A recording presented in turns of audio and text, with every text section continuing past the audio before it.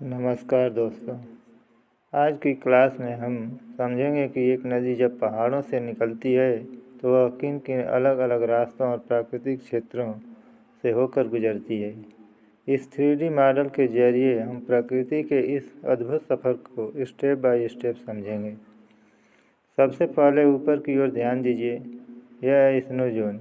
यहाँ का तापमान हमेशा जमाव बिंदु से नीचे रहता है। इस क्षेत्र में आपको केवल बर्फ़ और हिमनद दिखाई देते हैं।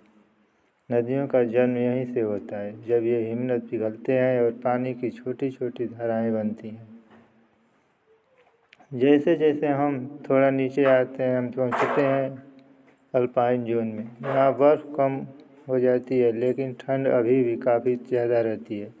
इस क्षेत्र में बड़े पेड़ों के बजाय घास के मैदान, झाड़ियाँ और कुछ शंकुधारी वृक्ष पाए जाते हैं। यह क्षेत्र स्नो जोन और मैदानी भागों के बीच एक संक्रमण क्षेत्र है। अब नदी मैदान की ओर बढ़ती है। यहाँ हमें ट्रॉपिकल टेम्परेचर फॉरेस्ट और ट्रॉपिकल रेन फॉरेस्ट जैसे क्षेत्र देखने को मिलते हैं। नदी के कारण यहाँ की मिट्टी अत्यंत उपजाऊ होती है, इसलिए घने जंगल, समृद्ध जैव विविधता और मानव बस्तियाँ यहाँ विकसित होती हैं।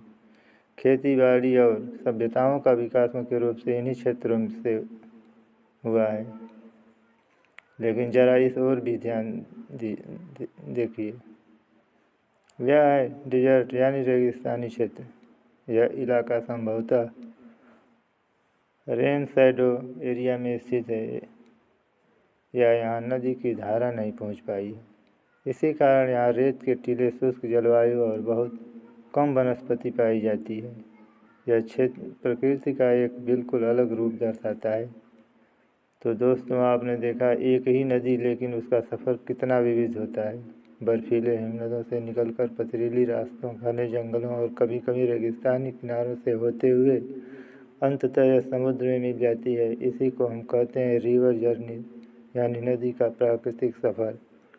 उम्मीद है कि यह 3D मॉडल आपको जियोग्राफी का यह टॉपिक समझाने में मददगार रहा होगा। अगर आप ऐसे ही और 3D मैप्स और कंसेप्ट बेस्ड क्लासेस चाहते हैं तो कमेंट ज़रूर करें और चैनल को सब्सक्राइब करें। मिलते हैं अगली